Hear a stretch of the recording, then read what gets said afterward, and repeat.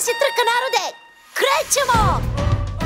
Pokažimo onom novom ko je glavni! Zapamtite, ovo treba da bude zabavno, važi?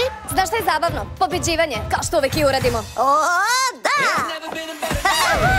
Mnogo si mi samo uveren za nekoga ko će uskoro da izgubi. O čemu se ovdje radi? Ovog puta sve je dozvoljeno. Šta se dešava?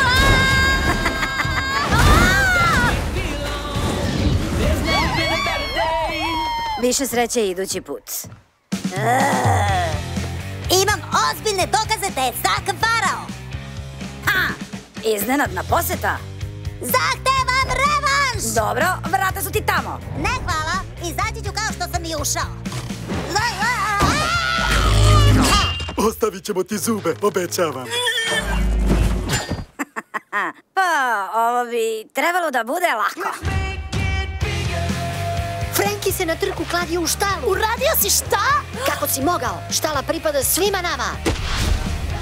Ako hoćeš rat, rat ćeš i da dobiješ. Moramo da se držimo zajedno, da spasemo štalu. Da! A kod pasa vam je ovako. Sve što je njima potrebno je ljubav. O, kako su slatki! Kažu da si ti najjači momak u selu. Ne znam baš za tu ljubavnu priču. Ajmo!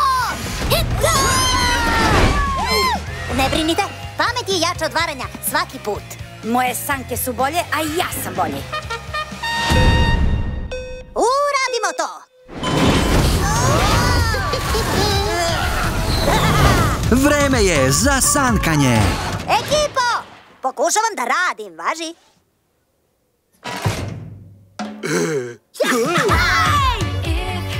Tišina!